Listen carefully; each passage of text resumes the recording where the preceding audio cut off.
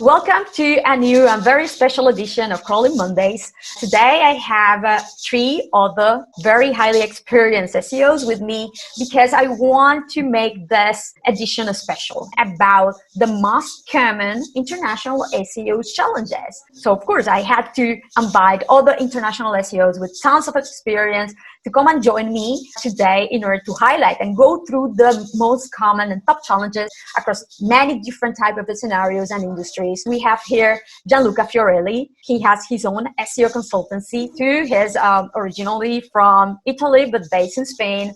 Nitin Machanda. The first time you're pronouncing like that, so I'll take that. Machanda. Okay, much more exotic. He's originally from India, but he lives in Germany. He used to work in Trivago as a in-house SEO, and now he works at Omio. And then we have David Iwanow. He's from Australia originally. After living in London for a bit, he's now back in the Netherlands.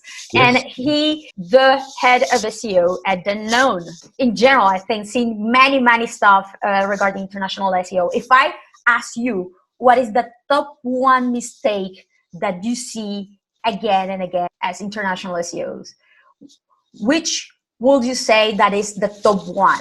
If I can start, please. The most common one is clients with a website that is trying to target too many countries at the same time without having really planned how to target them. And then they don't know how to do it, if it was worth doing it, if they have the resources, if they have the budget to maintain all these versions. So this is usually the most common issue. Yeah, absolutely. So for me, I think it's SEO tracking, because a lot of people just hear what others are doing and what is working for them and then blindly, just copy that. So for me, the biggest mistake, I guess, is not experimenting, not tracking things. So if you don't track it, you won't know whether it's working for your brand or not. Because something that is working for another product, another industry might not work for you. SEO is so dynamic. So start tracking things and then see what works for you. And then if it works for you, you can think about expansion. And if it doesn't work for you, you can think about improving it and then testing it again. But yeah. So I think the biggest one is laziness. So the failure to localize stuff. So, we're operating in a Spanish-speaking market. Portuguese, it's close enough. Italian, it's kind of the same. Dutch, German, it's Germanic language. So I think that's one thing which I regularly see, where a platform launches in one market, and I hate to say it, but typically a lot of US companies are prone to this. They will launch into, the UK, Australia, and use, basic things such as American spelling. So you're trying to optimize for particular keywords. You have no chance. And also from consumers' trust point of view, if I'm going to a site and it has, Zs instead of Ss, I immediately, something's not right. And a lot of these things are very small. But yeah, I definitely think the failure to take time to localize something, and again, they're spending sometimes millions, tens of millions on marketing, and they won't spend $1,000 to get some proper copy written for the homepage. You know what? I think that realistically, many of these mistakes are tied to, one may think that has to do a lot with what Gianluca mentioned at the start, when many of the companies start doing international SEO and reaching international markets. They do it without really analyzing, validating, sometimes just by copying what the bigger player in the market is doing without thinking, how should I say my internationalization? Is it worthy for me to target countries or to target languages? Should I enable my international versions with ccTLDs or subdirectories? Do I have enough content and then technical resources and support and ongoing marketing resources and copywriting resources to be able to maintain all of these international versions? Because when someone comes and say, I don't have resources, I know that I should be enabling original content for each one of all these versions, but I don't have resources for that. That tells me that you didn't do your work well at the beginning, validating if you didn't have the capacity or the resources to maintain those versions. Why do you even enable them in the first place? Regarding technical related issues, which are the top ones that you see, and how do you usually tend to fix them? Well, the gating, so the right direction stuff it was more common, maybe because I work a lot with the European community web-based website. And so maybe not everybody listening to us know, but by law, since I think 1 year or a couple of years, it is forbidden to gate users into one website. Let's say that I started to see a better situation business for Europeans website. But yes, gating for all the other websites, prisonning people into one version, targeted version, which can be linguistic or geo-targeted version, is still common. What I usually do is really explaining things to the clients. It's relatively easy to make them understand that this is wrong, both in usability, in SEO, crawlability. Okay. And so this is a solution that I was able to manage. I think hreflang is something which is really easy to mess up. And I've seen a lot of companies, even big brands, messing up with that completely. So I've seen like a couple of big brands using, for example, wrong ISO codes altogether for language and locations. So for UK, companies often use UK, but that's not right. I mean, for that, it's GB. So that's really common. I mean, I've seen like a lot of companies using different language codes, different location codes, and then like it's really easy to mess up. So that's one big thing.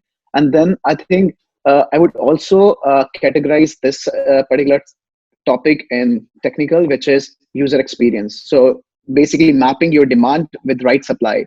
So Adidas, for example, is a very good example. So they in UK have a category called football shoes.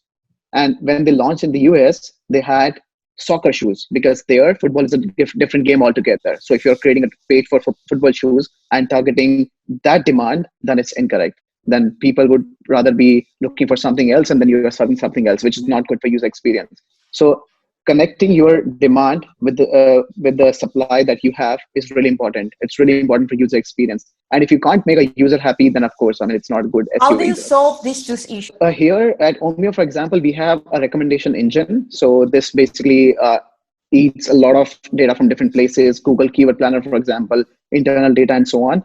So we consider all this data and then make decisions based on that. But in general, I mean, if you want to solve this problem, for example, this particular case where we have football shoes or soccer shoes, we are not sure what people are looking for when they're based in US, then probably a very quick thing can be running a paid campaign and then see, how it works. Because there you can just put in some money and then get immediate results, which is not possible in case of SEO. And that is what I would recommend here. To identify the demand in particular countries, you mean? Yeah, exactly. Okay, and for hreflang annotations? Oh yeah, for that, I'm a big fan of your toolkit. So you also have a hreflang checker, so XML creator as well. So I would recommend just checking it there, because there you can get codes for all the languages and all the countries. That's really easy. And otherwise, you can just go to Wiki and then get all the language and country codes there, and then keep this map in your local system or in your infrastructure so that you're not missing it at any cost, anytime. I mean, for hreflang, it's, the validators, there's, various tools like Screaming Frog, Deep Crawl, you can do the custom extraction. So I think you also get the situation sometimes that page or category or product doesn't exist. Or it can be the case that, in the UK, you might have one or two variations of the Adidas football boot. And again, we might call it football boot instead of football shoe. But in the US, you might have 15 different varieties. So you also have to deal with, when you have one SKU in one market and 15 in another, these things can get very confusing. Also, if you're working with different CMSs, I might refer to as off-white, you might refer to as white, you might refer to as cream. So yes, I think in a lot of situations, manual mapping is sometimes needed, or you just make a decision certain pages don't have hreflang. Yeah. I think that is the key. In fact, what I tend to do when I have a client with millions of URLs and there's a really highly dynamic type of generation of them, and sometimes they are not found in the same way across many of these markets, is prioritize. Don't bother starting with those. We need to come back to the issue that hreflang annotations actually want to solve. They are not the ones suffering from these issues of not being shown in the relevant markets, but the top pages, the top category pages, the top location pages, the top listing, the top subcategories, the top facets that exist across all of these markets. And sometimes the names are very similar, or in a similar or in the same language, that end up competing against each other, cannibalizing each other, shown in an inconsistent way, right? So for me, in a lot of cases, is simplify it, at least at the beginning, right? Especially if there are no that many technical type of resources. And let's start building, mapping, and implementing hreflang in the top areas of the website. And then let's look in analytics, ranking tools, which are those particular pages that have actual geolocation inconsistent issues, and then implement hreflang annotations in those. And if there is no support from a resources perspective, then it's maybe better to generate hreflang annotations in XML sitemaps too. The hreflang generator tool from Bilhan, the hreflang builder, is amazing for enterprise type of website. Another thing, on the hreflang thing, which I see happening a lot, is they mess up the URL encoding. So I worked with a very large job site, and they actually found out they didn't actually use UTF-8 encoding on any of their multilingual URLs. So they were actually creating a whole bunch of sort of duplicate content and junk into the Google index because they hadn't correctly encoded the URLs. Although they'd set up the hreflang tags, they weren't actually working because Google's looked at it and said, this is not the same thing as what I'm seeing when I crawl the site. So I think that's another thing. If you are dealing with a global site, hreflang tag is tick number one, but then actually look at the URL encoding, because you may find that you've kind of only gone halfway. Where is problematic? It's problematic when you have canonicalized URLs and you are using the hreflang. Let's create this kind of rule so in order that when a page is going no index, the hreflang annotation is eliminated. When the URL is canonicalized, then you have two options. If you are able to make that the hreflang is always the canonical, or you have a second option. Quit the hreflang in that canonicalized page, because so you are going to solve, I think, at least the 60% of the mistake message about hreflang. So concentrate on always the 200s, URLs, and indexable. Let's go to another very big topics that I am consistently asked, and probably you are too, regarding international web structures, whether subdirectories, subdomains, or ccTLDs. I think a lot of the times mistakes are made. I know in my own projects, I've launched on, local ccTLDs, so, .com.au websites, and they start getting some traffic from, overseas markets, but then you relaunch the version on a global TLD and your traffic spikes. So I think if you look at big global brands, they typically run on a TLD. So, booking.com, Pinterest, although Pinterest now uses subdomains strangely. I think it's very much the big players who have a centralized strategy and want to dominate the space. They don't run multiple, country level domains. So I think it's very much the best practice strategy is to go with a top level domain and use the folder structure for the countries. If you really, really have to do it, potentially subdomains, but the issue is you'll find is you can't often secure a lot of those domains. So all of a sudden in some markets, you're in, Spain, you might be thefacebook.es, and in Mexico, you might be facebook.mx or facebook.com.mx. So I think that's the other thing, is also very confusing for consumers. The same thing when it comes to your link building budgets or content marketing, or when it comes to, branding and marketing. So if I have to customize my marketing for every single market I'm running in, that's very expensive, versus if you're booking.com, that's all you go with. We're booking.com.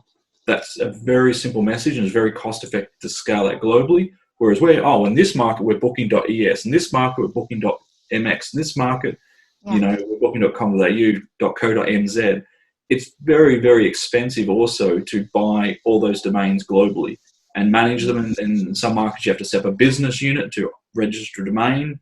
So yeah, register domains if you can and make sure they redirect to the correct folder, but definitely run on a global site.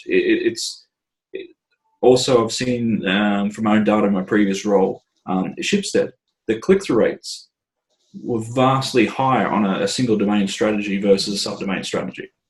Yeah, absolutely. I totally agree with this because even click-through rate is good because of one brand. So booking.com is a perfect example. I often speak about that. And even if, you ask my grandmom that, hey, what's the best hotel booking website? She'll say booking.com because that's one brand that she has to remember, nothing else. And in our case also, Omio, we have very hybrid structure. So we have subdomain in some cases because it's really, really difficult to maintain.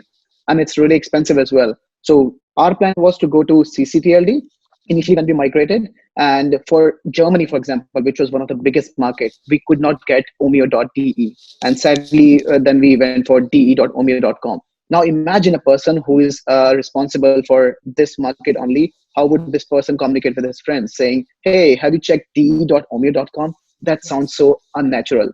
So from branding perspective, from the CTR and all the signals go together, it's really difficult maintaining different web structures than just one domain and using subdirectories there. Subdirectories. So it's much better to have the consistency. And one question: so do you still have the subdomains, or have you already migrated to the subdirectories? No, we still have subdomains because when I joined Omio, the plan was already there and we were like halfway there with implementation, so we could not change much. Yeah, but yeah, if I can change it, if I can make a big change again, I think that would be the first change. Getting organic backlinks, so acquiring high quality links, that's another important thing because right now for us, it's like 28 different domains. So we need to basically prepare 28 different strategies for getting organic backlinks so that our domain is kind of trustful, right? But if you have only one domain, this domain gets all the value. And consolidation, link consolidation, exactly. For sure. Happy that you mentioned that. Absolutely. For sure. The problem is regarding copying all the website structures. A lot of people go to Google. A lot of people go to many huge companies that have CCTLDs without thinking that these companies have millions or billions and they have all the links in the world like spontaneously, that they don't need to worry about link building, right? And that these are also very legacy type of website structures, right? Like not one that have been necessarily created thinking about what is the optimal type of international setting necessarily, right? And unfortunately, a lot of people start by looking at the big players and saying, oh, CCTLDs, they are the ideal type of international web structure to geolocalize. And indeed, from a geolocation standpoint, they might be already by default geolocalized to the particular country, but the cons for the normal company with not all the money in the world to link building, marketing, creating or supporting dozens of domains independently might not be necessarily the most cost effective one to geolocate at the beginning, right? Also, I have to say something important. If you want to go with subdomains or subdirectories, it's critical to geolocate every single one of them to their actual relevant country through the Search Console, register individually and geolocate to the relevant country. I can see only one reason for, let's say, a new business or a business that is entering in a market to eventually not choosing the subfolder strategy, legal reason. In a lot of the scenarios, realistically, going with subdirectories will be potentially be the most cost-effective way to do it. In some, it's like, for example, in the past, I have worked with Forex company many years ago, and realistically, even if they wanted to go with subdirectories, they couldn't do it so because of legal restrictions, indeed, and they had to, in their particular case, to restrict, for example, U.S. users to enter completely to their European targeted domains, right? Because of legal reasons again. So of course, it's important. There are a lot of different edge cases here, and that is why it's also critical to go to an SEO consultant validating each particular scenario. But unlike many people think too, in many occasions, going directly with a GTLD with some directories and geolocating them will be the most straightforward solution, especially at the beginning. What is the best way that you have found to localize the metadata, the content as much as possible in the most cost-effective way? Realistically, the typical excuse and the typical challenge too is like, I don't have enough resources. How do you deal with that? How do you handle that? It's a question of prioritizing stuff. Sincerely, it's not a question of doing or not doing, or doing it using machine learning translation stuff being better. Sincerely, I still find quite buggy. The ideal is really prioritizing stuff. What is okay? You are a Spanish company. What is your second most important market to work with? Is it, let's say, Italy? Okay, let's start with Italy. What are the most important pages you need to really focus for the Italian market? Let's say home page, category page, product page, be specific product pages, etc., etc. And so doing so, you can surely plan a long-lasting localization, because it's not going to be done in 1 month doing so. But doing so, you are able to start localizing the most important things before. If you're planning to enter in a new market, then of course, keyword research to understand demand is a mandatory step. So you cannot bypass that. So once you have that, just try to note down all the intents people are looking for, and then just create a list of that. And then based on those intents for different categories, you can think about creating different templates and just rely on these templates to begin with. And once you have more resources, you can think about building a nice structure. For example, we are working on a product here internally at Omio. So this is basically about not just one template. So we are thinking about using different templates and different keywords that we can use in meta tags. And for each keyword or keyword set of keywords, we are checking search volume, estimated search volume.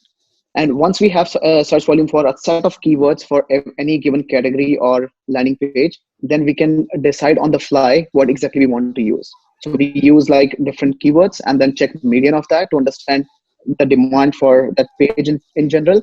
But when we're creating meta tags, then we pick the highest search volume keyword and then create meta tags dynamically. But that's a cost expensive.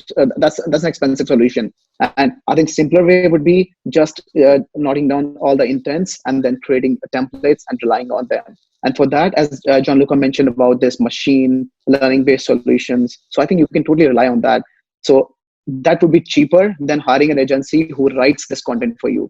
Just do your research, create these templates using these machines, and then share these templates with these agencies who can verify the content for you. And if they have to make some changes, they can do that. And that solution would be much cheaper than relying on them to generate this content for you. So your approach is a hybrid.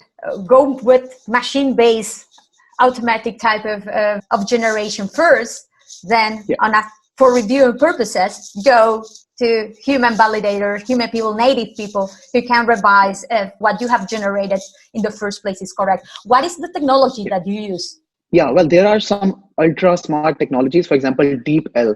So there is a translator called DeepL, which is apparently much better than Google Translate for most of the European languages. Well, there are some exceptions like French, for example, but for many other languages, it works so awesome. I mean, even if you're editing, you do not need to make much changes, like 90% accuracy, which is totally acceptable, right, for the first phase. And then you share this content with agencies and they can make minor changes and you're fine with that. The thing is, we've done this a couple of different ways in the past. So in the past, we're doing app reviews. So we had 150 reviews and we narrowed it down to, there was basically 12 templates we needed.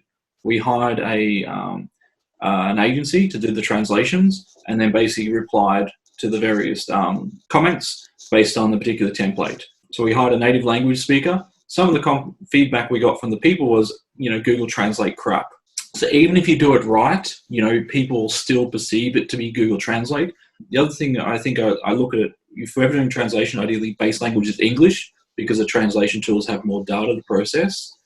But if you are honest about your writing, your quality, it's not amazing in the first place. You know, when people say, well, Google Translate doesn't do a great job, honestly, a lot of the content a lot of us are typically producing is not amazing. You know, the grammar's not perfect, because as native English speakers, and I'm probably going to offend a whole lot of people, we're not great on grammar. People who learn English as a second language actually often know grammar better than we do. So I think we need to be realistic about the content we're translating is not amazing in the first place. Typically, the things which I try to advise markets is translate key things at the breakpoints. So again, working with the global jobs company, they found in one of their markets, the interaction rate for English speakers was, I think, 10 to 20 times lower than the native language speakers. And that particular market has a very high level of English. So again, use your Google Analytics data to understand where the breaking points are. Also be aware if you've got a JavaScript heavy website, the Google Translate will often break things as well. So look for translation of key breakpoints such as login, checkout, terms, conditions. So make sure they're translated properly, because a lot of the times is, you know, we can be very much on a high horse that, you know, Google Translate, you know, it's not good enough. You'll find your users who can't speak the language are using Google Translate anyway. So I think it's about making it easy for your visitors. You know, you can very much sit on that high horse that, you know, we'd never lower ourselves to Google Translate. Your customers are using Google Translate. You can see it in your analytics data. Look to help your consumers and sort of get off the high horse that, you know, Google Translate or DeepL is not as good as it could be. I think Bing is slightly better in some languages, so I actually love Bing Translate. So look at your data, identify which markets or which languages are struggling to perform actions in your website that make you money. Make sure key items such as privacy policies and legal terms and conditions and checkout login pages are translated properly. And then ideally help your consumers. If they're having to cut and paste your content into Google Translate, or they can pick a competitor that has a badly translated website. If they're relying on Google Translate, just do the hard work for them.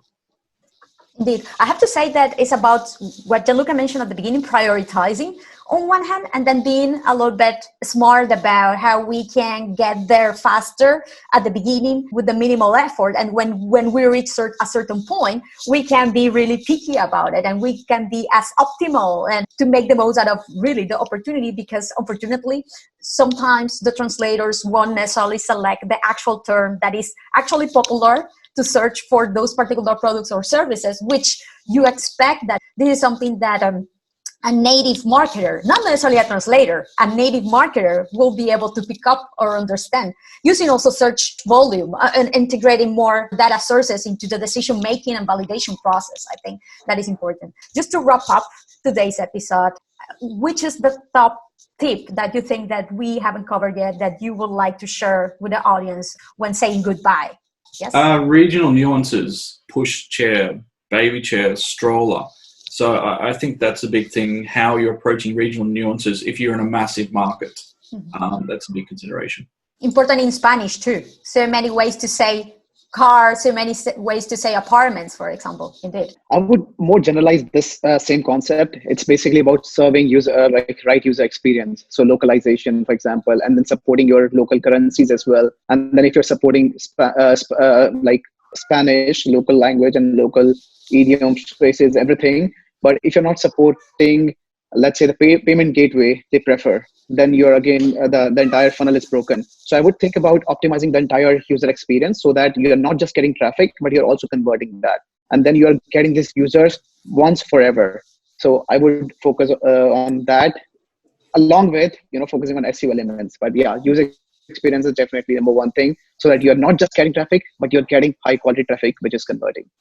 Which is at the end of the day, an actual goal for SEO, right? You just don't want traffic, you want actual customers at the end of the day. Yeah. One of the effects I see in this sense is websites that are using globally all the same imaginary. And when it's not correct, I mean, one thing means something visually in India, and one thing, the same thing means something else in Italy. So also pay attention to these details. No, it's not just written content.